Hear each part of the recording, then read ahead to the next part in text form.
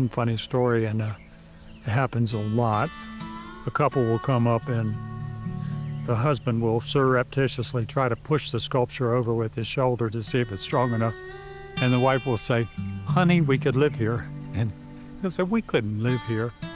And what I think she means is that there's a desire by humans to cross the porous curtain, end up on the other side, and just relax and be able to speak with other animals without all your worldly possessions impinging on you, and impinging on your thought.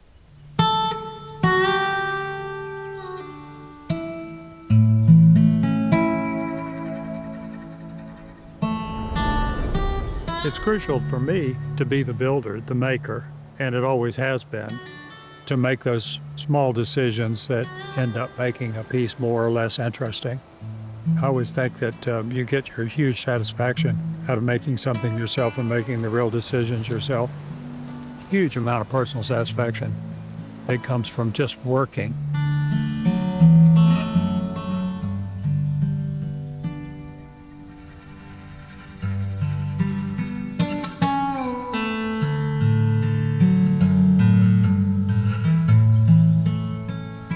I always think a good sculpture is something that causes lots of personal associations.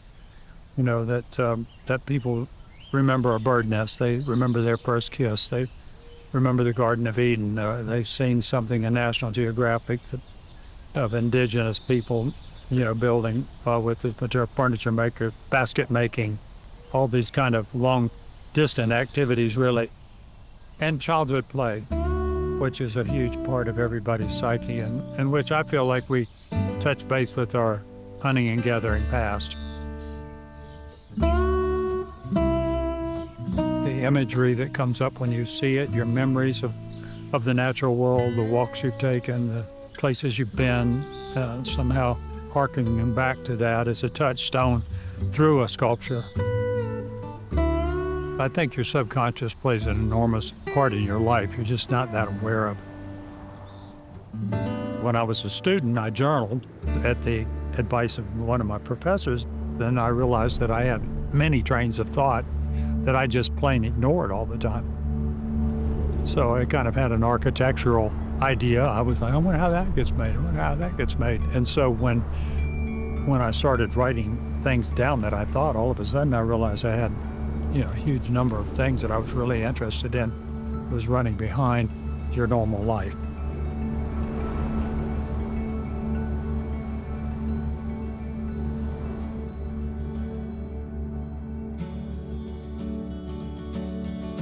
I feel like I live in the world of ideas. So I'm in there with all these other people to stir them up, to make them feel something else, to extend their ability to feel, to have them just really share my enthusiasm for making. And I think that's important. I want to touch the house painter and the fine art painter, try to touch something in people that has a great commonality. What do I feel? How do these people feel? What's the common thing between us?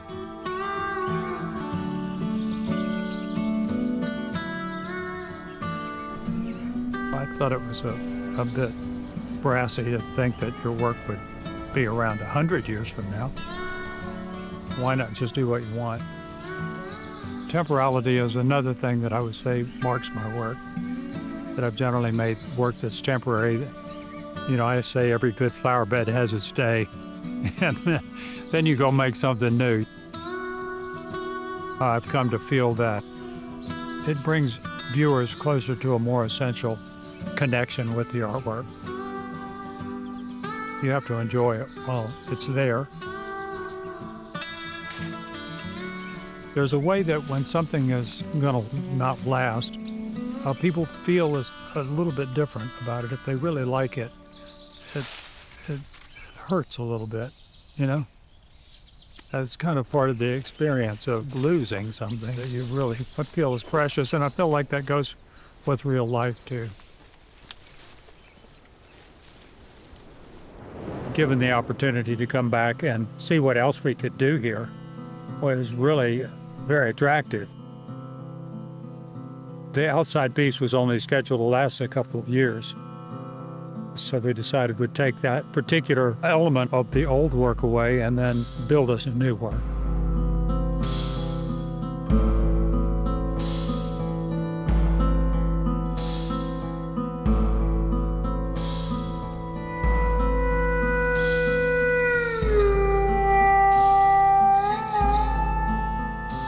I started thinking about cursive writing and decided ahead of time that we'd call this piece Cursive Takes a Holiday.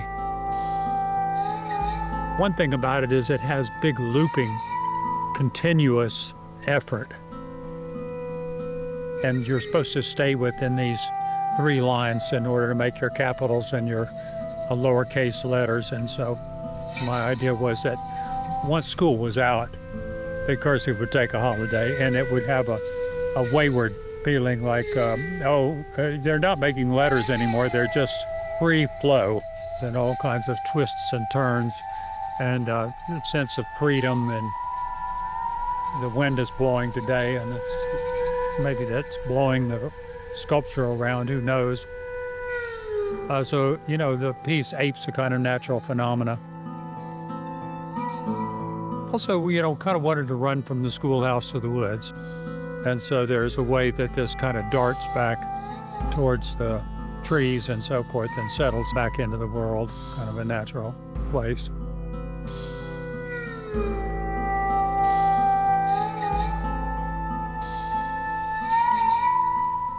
It's meant to entertain. It's meant to excite. We hope people come running when they walk up here and take a look at it and see these portals and those portals. It's got a nice flow about how you would look at it.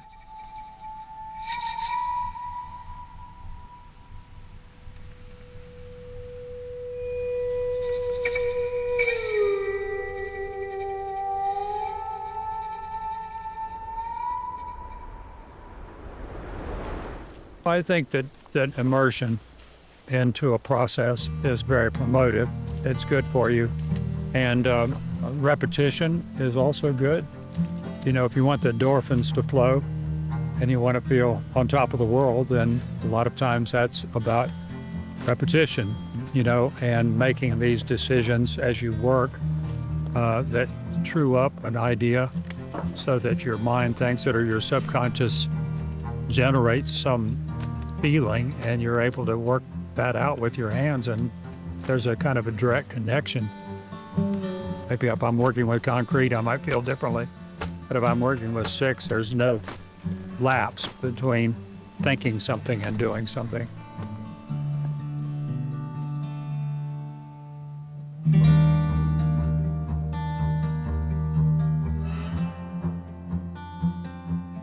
One thing that people forget, except farm workers, is that there's a huge pleasure in working to exhaustion. If you're just so tired you can't lift your hands up, maybe in that day you feel like, I'll get a new job. But in the long run, you see the huge value of being that productive, really tired, completely focused, threw yourself into it, made a great work. You put some skin in the game, you really worked at it. For us, that means climbing, scaffolding, moving boards all day, drilling holes, digging. There's a lot of physical activity to it. That's a lot of pleasure in that.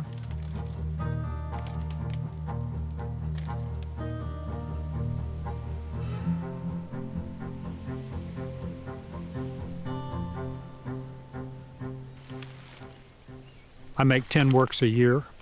And that's all we can fit in our schedule. The other 2 months we do, site visits. So that's a full amount of work.